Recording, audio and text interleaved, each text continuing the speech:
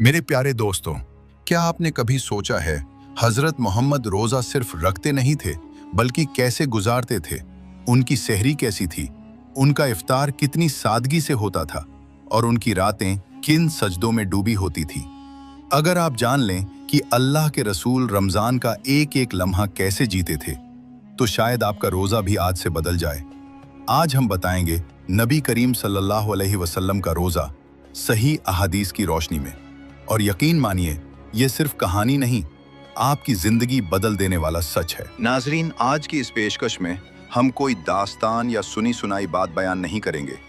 हम उन सही और साबित अहादीस की रोशनी में सुन्नत नबवी का तज़किरा करेंगे जो हमें सीधा रास्ता दिखाती हैं, ताकि इस रमज़ान हमारा हर लम्हा, हर सांस, हर निवाला और हर दुआ उसी मुबारक तरीके पर ढल जाए जिस पर अल्लाह के रसूल सल्लल्लाहु अलैहि वसल्लम ने अपनी उम्मत को चलना सिखाया।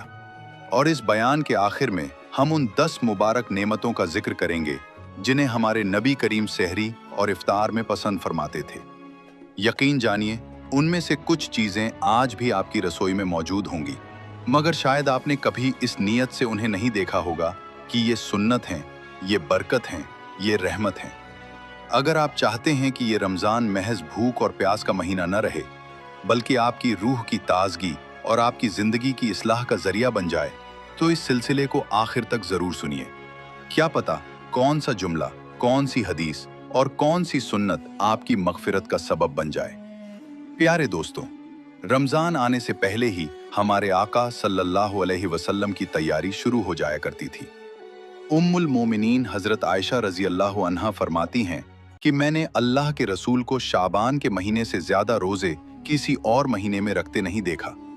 ये इस बात की दलील है कि आप रमज़ान का इंतज़ार महज कैलेंडर के बदलने का नहीं बल्कि इबादत के जज्बे के साथ फरमाते थे। जब रमज़ान तशरीफ़ लाता तो आपकी सखावत, आपकी रहमत और आपकी इबादत ऐसी तेज़ हवा की तरह बढ़ जाती जो हर तरफ खैर और बरकत फैला दे।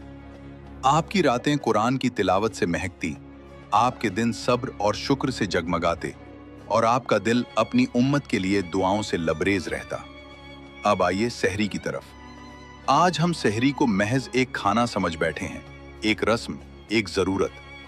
मगर सुन्नत की निगाह में सहरी इबादत है, बरकत है, रहमत है। अल्लाह के नबी हज़रत मोहम्मद सल्लल्लाहु अलैहि वसल्लम ने इरशाद फरमाया कि सहरी किया करो क्योंकि सहरी में बरकत रखी गई है। आपने ये भी वाज़े फरमा दिया कि हमारे और गैर मुस्लिमों के रोज़ों के दरमियान जो फ़र्क है वो सहरी का लुक़मा है। यानी सहरी सिर्फ पेट भरने का नाम नहीं बल्कि पहचान है, सुन्नत है और उम्मत की शान है। सोचिए, एक लुक़मा, एक खजूर, एक घूंट पानी भी अगर सुन्नत की नीयत से हो तो वो आम निवाला नहीं रहता बल्कि सवाब का खजाना बन जाता है। यही वो रूहानी नज़रिया है जो रमज़ान को ख़ास बनाता है और रोज़े को महज भूख से उठाकर इबादत के मुकाम पर पहुंचा देता है। हम में से बहुत से लोग सहरी को जल्दी ख़त्म कर लेते हैं और फिर इंतज़ार में बैठ जाते हैं, मगर सुन्नत ये सिखाती है कि सहरी में बरकत है और ये बरकत नियत, सादगी और सुन्नत की पैरवी में छुपी है। रमज़ान का असल हुस्न यही है कि हम अपने आका के तरीक़े को जानें, समझें और अपनाएं, क्योंकि कामयाब वही है जो अपने नबी के नक्शे कदम पर चले और खुशकिस्मत वही है जिसकी सहरी और इफ्तारी में सुन्नत की रोशनी झलकती हो। रिवायत में आता है कि हज़रत अम्र बिन आस रज़ी अल्लाह अन्हु से बयान है कि हमारे आका मोहम्मद सल्लल्लाहु अलैहि वसल्लम ने इरशाद फरमाया कि हमारे और अहले किताब के रोज़ों के दरमियान जो बुनियादी फ़र्क है वो सहरी का लुक़मा है। यानी सहरी सिर्फ एक आदत नहीं बल्कि उम्मत मोहम्मदी की पहचान है। इसे छोड़ देना सुन्नत से दूरी इख्तियार करना है।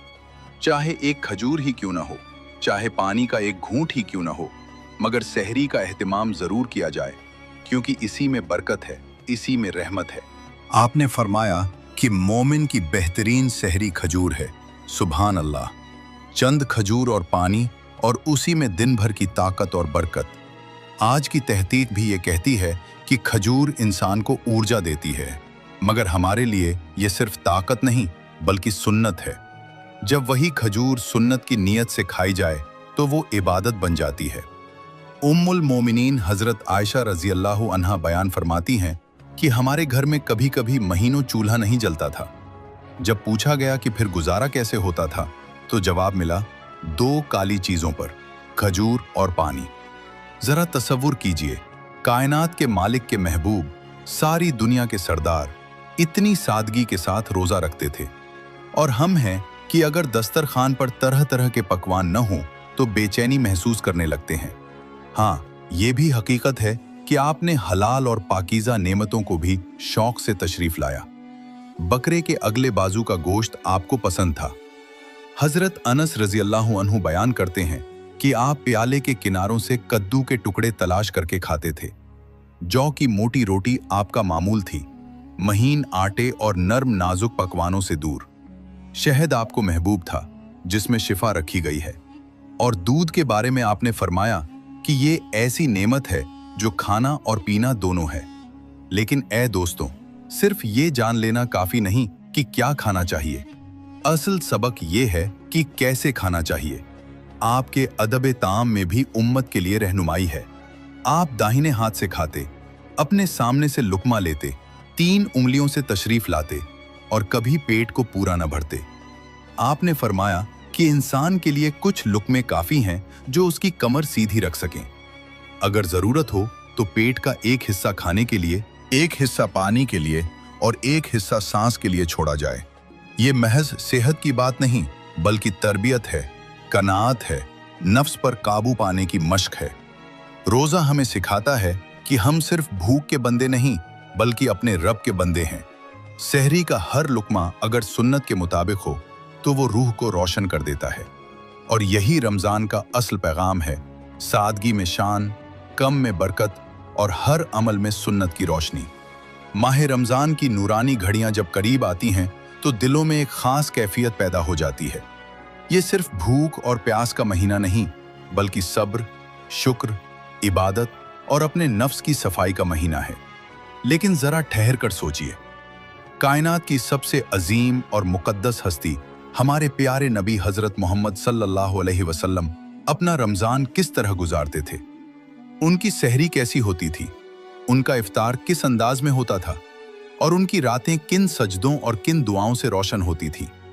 नाजरीन, ये बातें कोई कहानी नहीं है, बल्कि सही हदीसों की रोशनी में बयान की गई सच्चाइयां हैं, ताकि हमारा ये रमजान सिर्फ एक रस्म बनकर न रह जाए, बल्कि सुन्नत की रोशनी में ढला हुआ एक मुकम्मल सफर बन जाए।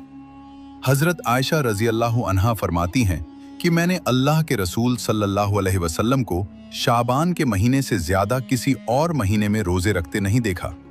यानी रमजान आने से पहले ही आप इबादत की तैयारी शुरू कर देते थे, और जब रमजान आता तो आपकी सखावत, आपकी इबादत और आपकी तिलावत बहुत ज्यादा बढ़ जाती थी। आप कुरान करीम का ज्यादा से ज्यादा दौर फरमाते, रातों में लंबे कयाम करते और आखिरी अशरे में तो बिस्तर तक छोड़ देते थे। अब बात करते हैं सहरी की। आज हम सहरी को सिर्फ पेट भरने का जरिया समझते हैं, लेकिन अल्लाह के नबी सल्लल्लाहु अलैहि वसल्लम ने फरमाया, सहरी खाया करो क्योंकि सहरी में बरकत है। ये सिर्फ खाना नहीं, बल्कि सुन्नत की अदायगी है। एक और हदीस में आपने फरमाया कि हमारे और अहले किताब के रोज़ों के बीच फर्क सहरी का लुकमा है। यानी चाहे एक खजूर ही क्यों ना हो, सहरी को हरगिज न छोड़ो। सुन्नत ये भी थी कि सहरी को आखिरी वक्त तक किया जाए। सहाबा किराम बयान करते हैं कि सहरी और फज्र की अजान के बीच उतना वक्त होता था जितनी देर में 50 आयतें पढ़ी जा सकें। यानी आप उम्मत के लिए आसानी चाहते थे, तकलीफ नहीं। अब सवाल यह है कि सहरी में आप क्या खाते थे? जवाब है सादगी, मगर बरकत से भरपूर। आपने फरमाया, मोमिन की बेहतरीन सहरी खजूर है। अक्सर खजूर और पानी ही आपकी सहरी होती थी, कभी जौ की रोटी, कभी थोड़ा सा दूध।